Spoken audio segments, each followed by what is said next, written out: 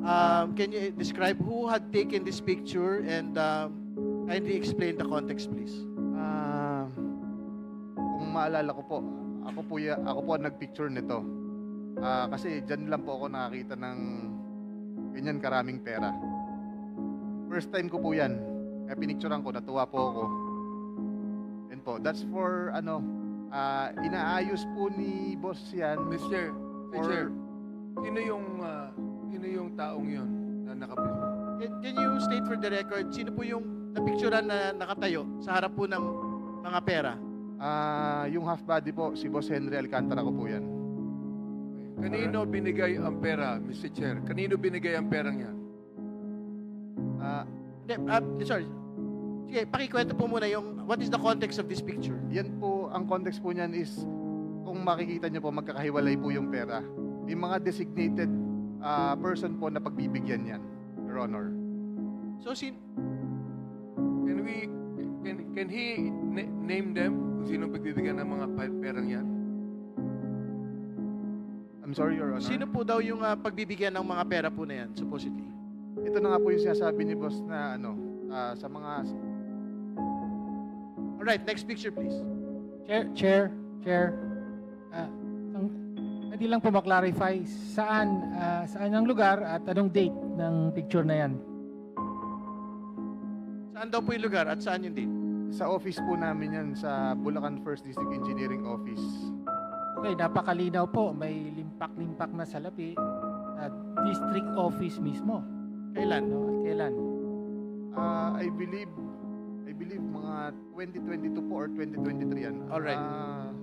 Chair, meron namang mga paraan para ma-determine yung precise Yeah. date, di ba? I Yung think we will get the metadata of this importante for po yun. submission. At Yes. to clarify, pasensya na po, clarify lang po, normal po ba sa opisina ng gobyerno, DPWH, na merong ganyang piles of cash sa mga transaksyon ng gobyerno? Please Sa mga respond. regular na transaksyon ng gobyerno? Please respond, Mr. Engineer Hernandez, please. All right. Just answer, please. Then we will proceed. Sa office po namin, normal po yan. Okay, next picture, please. Mr. Chair, just to clarify, Mr. Chair, Okay, Congressman Pakita tayo Sutay. isang picture. kay Engineer Bryce, yung on the lower right portion ng picture. Can we go back to the Pakibalik picture? daw po. Yan, may papel, yung bond paper. Opo. Yung bond paper sa may nakasulat. Yan. Ano yan? Rundown ng project ba yan? Yes, Your Honor. Mr. Chair, mayroon akong tanong kanina. All right. Sinabi niya, Next picture, please. sinabi niya na mayroong nakatoka na tatanggap niyan. Gusto kong malaman kung sino ang mga taong dapat tumanggap niyan. Alam niya eh. Your Honor, hindi ko po alam kung sino. Basta kami po, inuutusan lang po na ayusin yung mga pera. Itong amount na to para sa ganito, ihanda mo dyan, may pagbibigyan yan. Ganun lang po, sinesegregate po namin yung mga pera. Yun lang po. And the rest, kagaya nga po ng sabi ko, is ang Yan, politiko look po, at that. politiko or yung proponent po, si Boss Henry lang po ang kausap. Okay, Ano next yan? picture. Mr. Chair, para ba yan sa project? Next picture. Can we explain? Mr. Chair, para Congressman ba yan sa Babante. project o sa tao? Bibigay ba yan sa tao o para sa project yan? Yes. Please respond.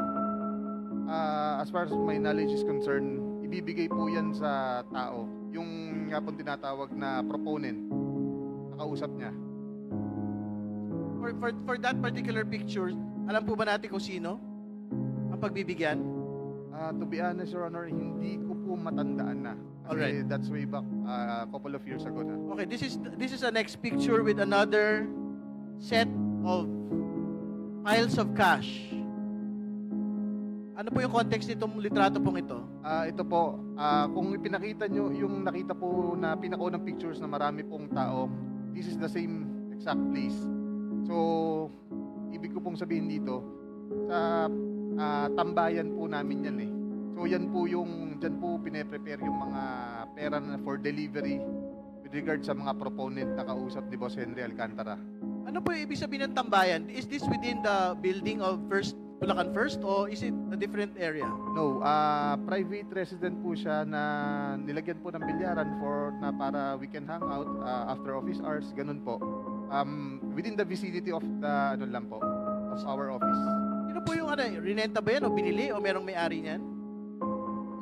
Yes po, meron pong alam ko po kaibigan po ni Boss Henry Alcantara ang may-ari niyan. Alright. Pero hindi po, first, to be clear, hindi po ito sa building ng Bulacan First. Yes po, hindi po yan sa building ng DPWH. At hindi naman din ho si D. Alcantara ang may-ari, ibang tao. Hindi po, Chair. hindi po si Boss Henry. Alright. Mr. Chair, gusto Congressman ko Benny. tanungin si Engineer Alcantara tungkol sa mga bagay na yan, kung ina-accept niya o dinideny niya. Sapagkat kanina, marami siyang sinabing kasinungalingan eh. Engineer Sige, Alcantara, patapusin mo na daw yung mga litrato. tapusin mo Congressman na. Benny. Meron mo ba? Meron pa? Please, kumpletuhin daw muna natin yung mga litrato. Next slide. Alright. There is a text. Your Honor, I think this is a Viber message. yes, that's disappearing message, Your Honor.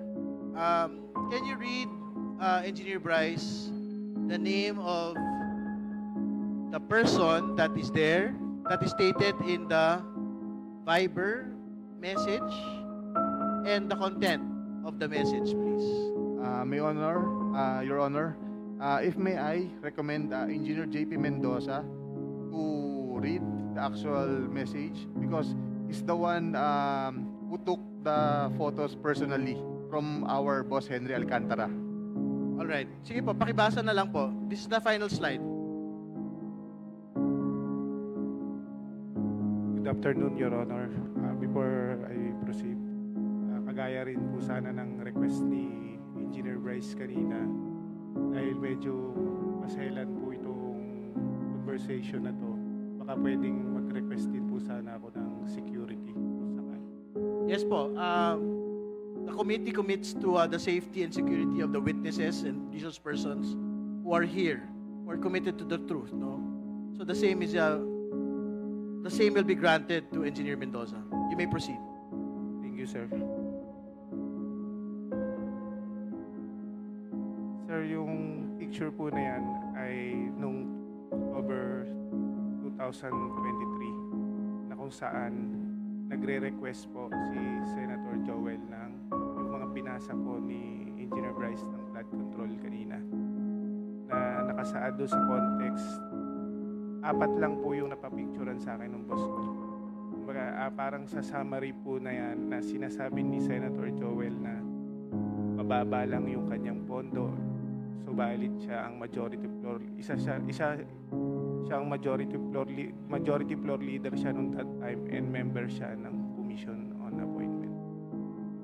Okay. So, thank you for providing the context, but you have to state for the record who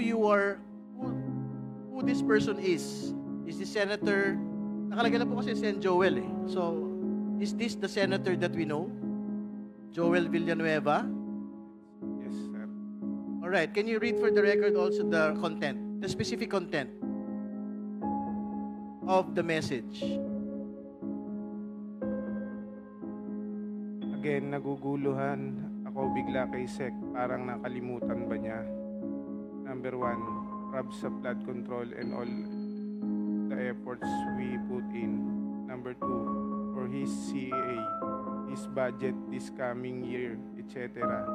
He committed sa akin. Pinakamababang commitment ng DPWH Secretary.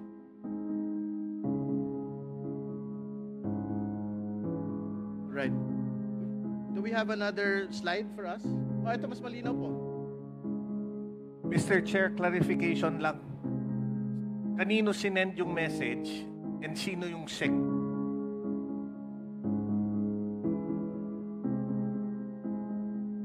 When dun sa message, you're referring to a SEC. Sino yung SEC? Secretary Manny Bunoan. Okay?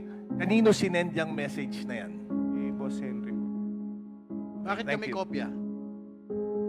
Dahil disappearing message po yan, hindi po niya pwedeng screenshot. Pinapicturean po niya para mabasa Okay. Kanino pinapicturan? sa akin po. Alright, thank you. So, phone to basically ni District Engineer Alcantara. Alright, next slide. Do we have other slides? Can we go back again? Go back to the pangalawang ano yan, di ba? Can we read for the record? Excuse me po. Ano? Can we read? Ayan, second slide. Next slide. Yan. Can we read for the record what is in the second message? Para lang po malinaw. Again, this is a conversation supposedly between Senator Joel Villanueva and District Engineer Henry Alcantara, which is supposedly a disappearing message, no? Tapos pinicturean po. Pinapicturean kay Engineer JP Mendoza. Sige po. Can you read it for the record, please? For his CA, his budget this coming year, etc. He committed sa akin pinakamababang commitment ng DPWH Secretary. Ngayon parang lumalabas same na ang 1 and 2. Pag-usapan namin bukas boss. So can relate to SEC po. Okay. All right. Thank you. Next slide. This is another slide which is the same context. All right. Sige po. Just read it for the record. This is another slide. Conversation between Senator Joel and District Engineer Henry Alcantara, taken by Engineer JP Mendoza. Sige po. Yes boss, see you po bukas 6 p.m. sa GIL. Majority leader tayo, hindi kong or just one CA member. Yes boss, I will. All right. That is clear. Next slide, please. May atraso DPWH sa Sorry, akin. I have to provide the context. Again, this is another screenshot. This is the fourth picture. Conversation between Senator Joel Villanueva and District Engineer Henry Alcantara. Picture taken by Engineer JP Mendoza. Please proceed with reading the contents. May atraso DPWH sa akin. So if he treats me na isa lang issue, he's not respecting me.